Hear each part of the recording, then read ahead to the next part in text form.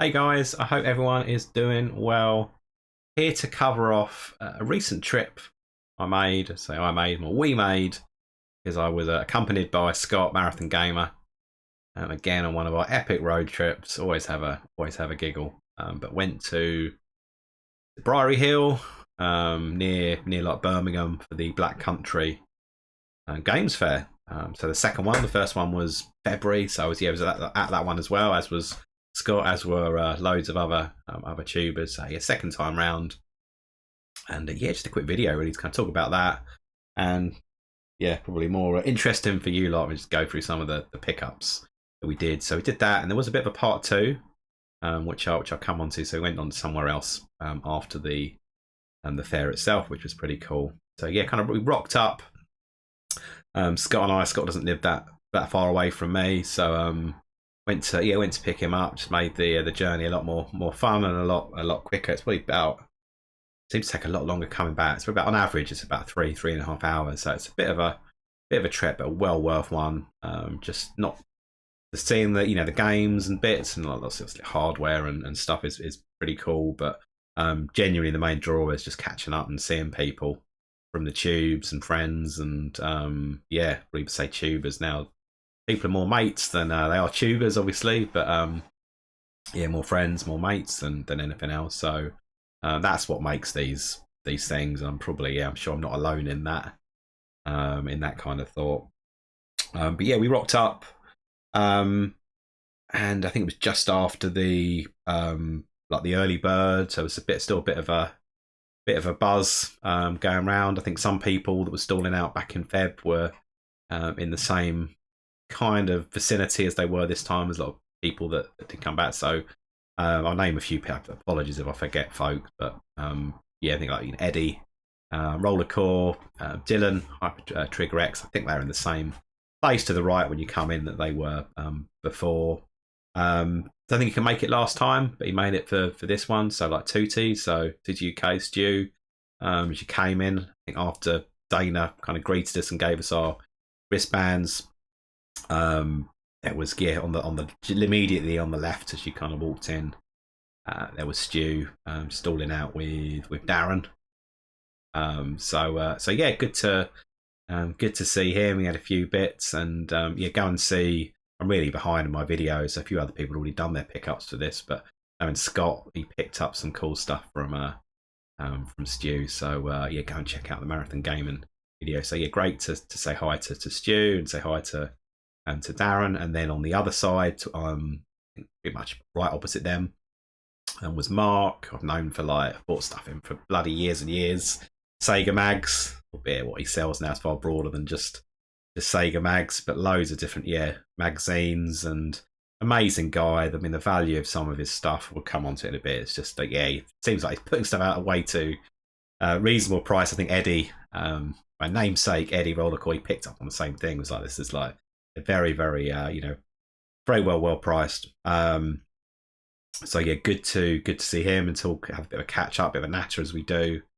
He's got some exciting projects on the horizon. So yeah, watch the space with that one. So that sounds quite interesting what he's going to be doing. And then it was I don't know why I end up doing bloody a clockwise affair. I never go that way. I always start on the left. I kind of weaved round, did a bit of a circuit just to see what was there, and then as I was kind of strolling around, bumped into either people I knew, buying stuff or just chatting with others, and then like I say, a few people that were stalling out. But there was familiar faces from last time, some hires. Yeah, in my opinion, I guess it depends what people are kind of after. But in my opinion, there was some really high end, really good items there. Certainly, yeah. So a real range of some affordable everything. Some affordable bits, but then going up, there was some top tier things. I know like Scotty had his eye on what was it, Final Fantasy 3, I think. So yeah, there was some quite. So I think I saw it was a copy of like Ninja Cop as well. Resident Evil for the Game Boy Color. few kind of standout like Mega Drive, like high-end Mega Drive games. I think I saw Pirates of Blackwater, one of the early ones. Also, just going for like mega bucks. Unfortunately, not in my collecting line. Even if it was like it would be crazy. The missus would be having words. She'd be taking action. It wouldn't be good. So kind of stroll around. I think one of the first folks I then bumped into was Dale. So Daily Retro. Always a bloody pleasure to see that guy. Really, So a bit of a natter. A couple of times we bumped into him, later, and then right at the end, the part 2, which I'll go on to. Again, he was involved in that, so really, really good to see him. He's put out a great video covering his thoughts. And I think Dana and Ant themselves, they were stalling up with like a bit of a corner bit. So again, kind of have a bit of a chat with Dana. And then further round, there was Eddie and Dylan. So although Eddie's hit his objective, obviously he's moved into his new gaff, which is fantastic. So kudos to him, and that's off the back of some hard graft and selling quite a few games. And I'm sure in a few areas probably making some tough decisions, because even if it's the right thing to do to move stuff on, it's not always the easiest thing to do. You get sure most of you guys get quite attached to certain things, even if they've just been sitting on a shelf for a while and not get much play, or there's another way to play them. It's still it can be tough. So he's really landing on his feet, and I think he's now looking to almost flip from power to more kind of Japanese versions of games, or build up that further that part of his collection. So great to see him. Not he's ever stepped away from the tubes, but back doing more kind of pick up stuff and showing what he's grabbing. And I think he picked up some stuff from the fair itself. And he's done a video, so go and check that out. Good chat with him. Good chat with Dylan, helping him, partner in crime. Always a pleasure to chat with Dylan. Both lovely guys. Had a bit of a chat with Hyper Trigger X about stuff, which was cool. And then bang opposite them, it was like a tube affair, really. Who did I see next? So there was Craig at Goodwin's Place. So he was selling all kinds of. I'm trying to think who phrased it well. I think was it Sean? Retro Games Revived. I think he called it like he's selling his like knickknacks and bits and his wares. So he had loads of stuff. He'd have some Game Boy games. I think some Teenage Mutant Ninja Turtle stuff. So had a chat with him. Love his blooming channel. It's kind of it reverges into some stuff that's way too technical for me in terms of electronics. I'm an effing doofus when it comes to that stuff. But he knows he's putting together, building his own pinball table. So that project's a real exciting one to watch. And he ventured over to the States, and he's got me hooked onto this other channel, because when he was out in the States, he saw went to visit is it TNT Amusements. It's a massive they've got a massive kind of I don't know what you want to call it. It was a bit of a workshop that's got some amazing arcades, pinballs. I think there's an area you can play in, but a lot of it is just around restoration, fixing stuff, making them look as new, getting them outdoors. So I'm hooked on that channel at the moment, thanks to Craig. So really cool to see him. And then to the left of him, is it Retro Repair Bear? So like Claire was there with Russ, so the Retro Bear. Doing some amazing stuff. She's fixed and she's kind of modded, repaired so many things for people across the community. So many videos that popped up where she's been involved in doing stuff, which is just like, oh, it's freaking awesome. Have someone like that that's part of everything, and by all accounts, extremely well, good value, great quality work. So I picked up a couple of little trinkets from her. Are they on the shelf? Let's try and top shelf stuff with Matoya's basically. But she's done 3D printed disc. This camera's going to get a sacking soon. Hey, there we go. I grabbed a couple of them, which is pretty cool. Little bear often pops up in her like her Instagram photos and stuff. Kind of her photos that stand out as part of that. So really cool to chat with her. Yeah, got my eyes on a new project. I think with her help, trying to restore something. One of my talking of gaming memories and things like that. One of my early ones and early kind of gaming ventures. So I need to get in touch with her about that. But she also does like modded like ghetto blasters, so kind of fixing them up, but then putting in like Bluetooth capability and so you can obviously just stream your music to the Bluetooth very carefully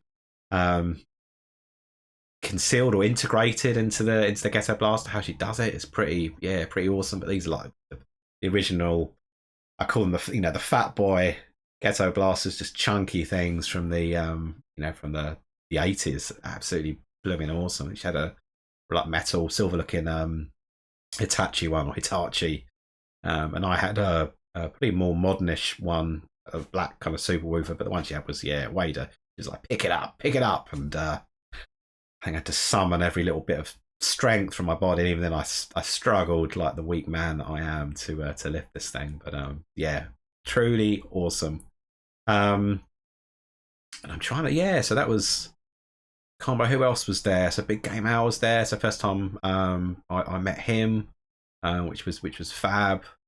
I met him at the last show, but last event. But Paul, InkedNortherner. So yeah, great to see him. I've mentioned Sean, Retro Game Revived. Crumbs. Hopefully I haven't. Apologies if I've left anyone out. In my mind, trying to remember who I saw going around. I think that's it. But again, apologies if I forget anyone. I remember. I'll put them in the. I'll put their link in the description of this video. So really cool in terms of pickups. So Sega Mags. So Mark, he's always got some cool stuff. I think probably every other, because it's just weight and the amount of magazines that I've got. It's probably I grab stuff every other time I see him. I do get some stuff offline of him as well, but this time there's a few things that I just went in for. Typically they're not all, as you'll see from some of the early ones, not particularly old magazines, but some of the content typically carries something that's of interest, such as this, like Doom. Starting to replay Doom, albeit via the PS5 with the PlayStation. I always forget what it is, the equivalent of the Games Pass or whatever. So going back playing that, play that back in the day on the mate's PC, enjoying that. So yeah, a bit of reading on that one. So yeah, this one, bit of focus on Games Master, bit of focus on Mario Kart. See, I'm just drawn by the covers and quite often the adverts, but just without even picking on any particular article, it's just these magazines, they're just like full of cramming as much stuff as possible, and it's just the old generational tosser in me. But I just struggle even online. So this was all PDF. I can't, my brain does not allow me to enjoy it as much and just consume it as much. I need the physical. Another one here is a cracking game. This is the Wii U. Lego City, correct if I'm wrong. I'm pretty sure it's a Wii U game, but really good. Lego games are great. But that one's a good. What should we go through next? PlayStation. Another place, a bit about history. I haven't read any of these yet, but how it changed gaming, and just a bit of a geek. Just like to read up on such things, and quite often there's a bit of, always adds to the gaming list, doesn't it? There's always something. Oh bloody hell, didn't know about that, or maybe it's worth getting that. Eternal Champions. And then as most people know, like a geeky knobhead, I do like my 3DS. And he had this on the top, sealed magazine with some 3DS stuff in there. You can win a 3DS, so you could win a 3DS. But the worst thing for glitter, isn't it? Like Reflection, like Pilot Wings Resort, Pro Evo, Kid Icarus Uprising, which is friggin' awesome. There's collectible cards, and you get a little standee with that. Street Fighter's amazing. as well on the 3DS. It's Zelda Ocarina of Time, so yeah, maybe one day I'll submit. Maybe I'll open it and get stuck into it. But for the time being, staying sealed. And then what other stuff did I get? I got a couple of bits from Dane. I think it was a third.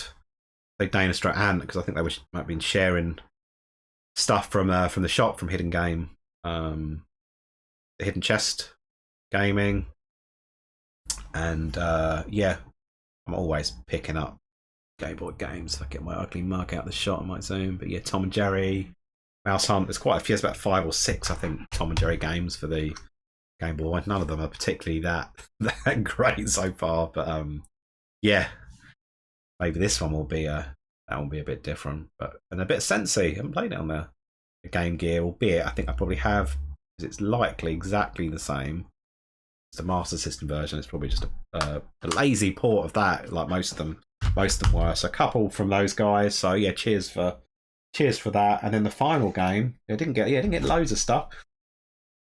Was from, is it a recommendation? Again from my namesake, from Eddie. Glare on that. Take a bit of SpongeBob. So SpongeBob SquarePants and Friends in freeze frame frenzy. And I'm going to muller the name, but from chatting with Eddie, it's almost as a cut. It's inspired by Kakaisha Boy, which I've got on the PC engine, whereby you can't, that's the best way to describe it. I wouldn't say like a platformer. You move kind of left to right, but then behind you there's all kind of weird and wacky objects that appear, and you get like points. You get given an assignment, but you get points for basically taking photos of these things as they appear, and you kind of scored in terms of the accuracy. But then there's also on your level there's obstacles, so as well as looking at stuff behind you and taking those snaps, you need to kind of jump over certain things so you don't trip up. So it's a good game. So apparently this one is a bit of a, not like a reskin, but like I say, it's a bit of a reimagining, or just it's influenced by Kakaisha Boy. So I haven't tried it yet, but looking forward to doing that one. So cheers Eddie. So that was it. And then when I was chatting with Dale was like, do you know Vintage Gamer's just like 10 minutes up the road? And because we'd travelled quite a way, I said to Scott, I was just like, look, do you fancy it? And obviously Scott was like, yeah, let's bring it on. So once we'd had a great time at the fair, and it was a great time. I know people were saying in terms of footfall, it was a bit quieter. I think from my perspective, from a buying perspective, it was, it was still really, really, so much stuff there still. But I did acknowledge that it was particularly probably by about midday, there was fewer people strolling around, and I think people are probably, those people have commented already, but perhaps it was the timing with the month. It certainly was advertised really, really well, perhaps more so than the last time. So it's one of those things. I think the guys, they still want to do another one. Hopefully it'll be another one within 6 months or so. Can keep up that cycle, and I'm sure within the tuber community, folks that can make it are around and will go and enjoy it. So it was it was really cool. So yeah, well done, and well done Dana. I thought it was top stuff, and I still need to visit Hidden Chest. I haven't done that yet. Obviously when the fair's open, I think Hidden Chest is shut, so I can't separate those missions. So we went on to go completely off tangent, aren't I? Going to Vintage Gamer with Dale. So Dale left a little bit ahead of us, but he was there when we arrived. Really, yeah, never seen a place that's got had so much stuff in there.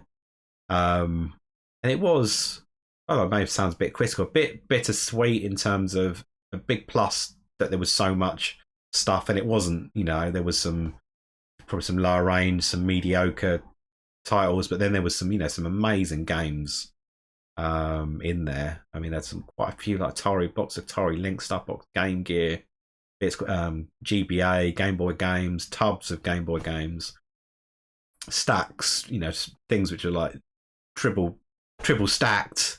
But herein lies the issue, really, in that it was quite, I'm a short ass as well. It's probably not really much of a not great excuse, but some stuff was a bugger to get to, either because it was quite high up, or because it was like majorly stats, and it was like a frigging domino rally. You pull, going through the Game Boy, some of the Game Boy stuff, and yeah, just thought stuff's going to go like tumbling. So you end up putting it somewhere else. So you're stacking on stack. It was a bit like crazy.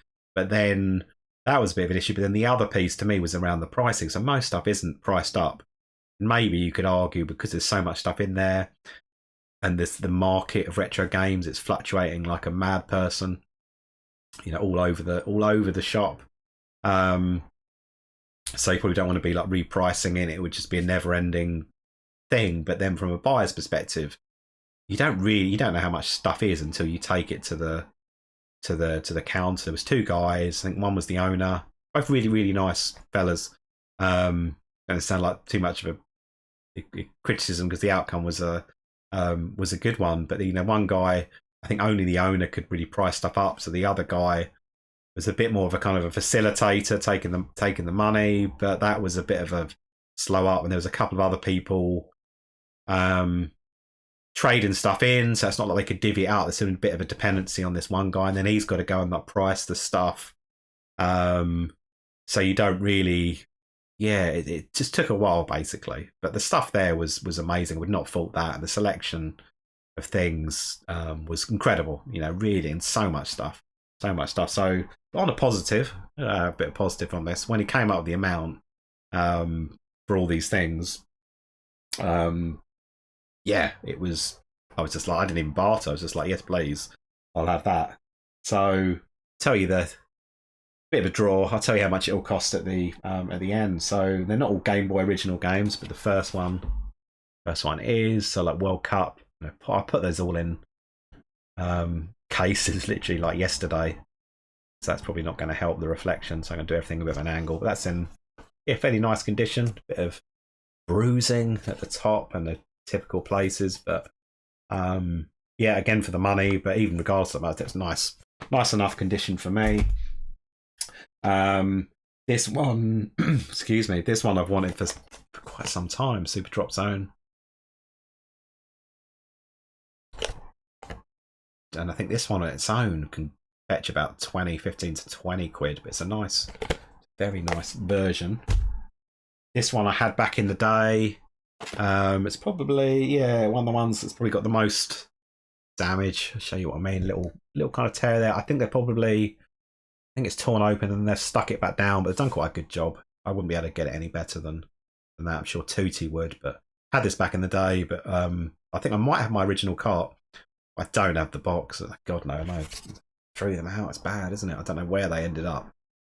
Same with my Pokemon Red. Got my original cart, but not the box. But yeah, apart from that, it's all in pretty nice nick. But it's a cracking. It's a really good little game. Bit of a not quite isometric, but the 3D kind of feel to it. I played like the original on PC. It was like, I don't know, maybe it's pants to go back to. I think they're remaking it now, aren't they? With some Hollywood actors and actresses. But this one was good. Really, really good. Haunted Mansion styling. I think you get to get their bloody names. I should know one of the Edward. Should remember that. Should know. And then there's the lady. Is it Elaine? Yeah, Elaine. It might be separate name, different name on the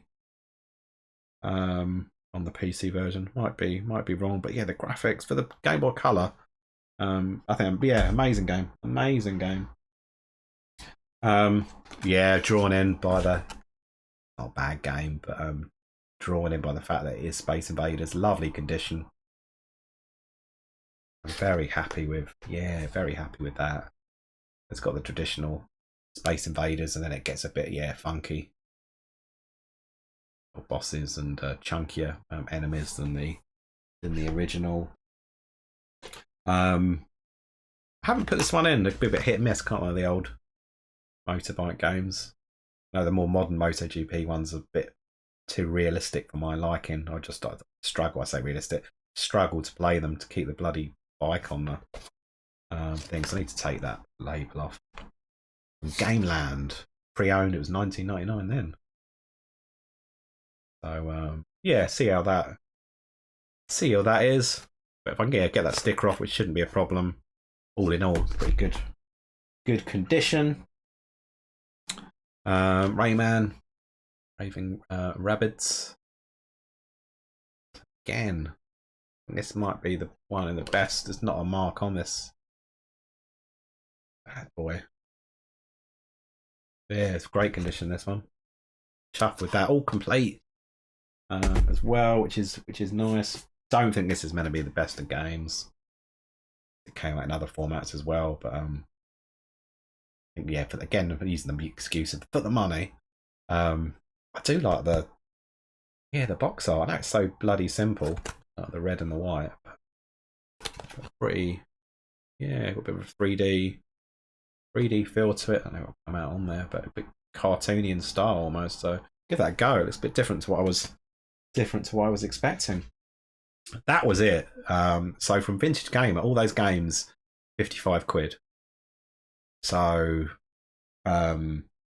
yeah, I think in my mind, I was veering more towards probably like the 90, maybe 100 mark, but I don't know if that's because of maybe southern prices, maybe more. Who knows? But just from eyeing up, a couple, like I say, Super Drop Zone for one in really good condition, maybe 20, 25. Maybe not. Yeah, I don't know the latest on that. But I'm thinking almost those together is probably not far off 40, 50. So yeah, super chuffed. So all in all, what an amazing day. I was like cream crackered by the time I got in. It was a long day, but a great day. Cheers again to Scotty for making the journey a fun one. Just I think solo mission probably wouldn't be as good at all. But yeah, that was it, guys. Hopefully you enjoyed any of the stuff that I've gone through. If you think it's any good or worth a swerve, it's probably too bloody late. But let me know your thoughts. Cheers for watching. Appreciate it. Nice one, Ant and Dana. I'll see you on the next one, whenever that is. Fingers crossed that will be in diary soon. And then we can all kind of gather as a good old community, good bunch of mates, and have a good one again. So all the best. Have a good one, whatever your plans are, and I'll catch you soon. Cheers.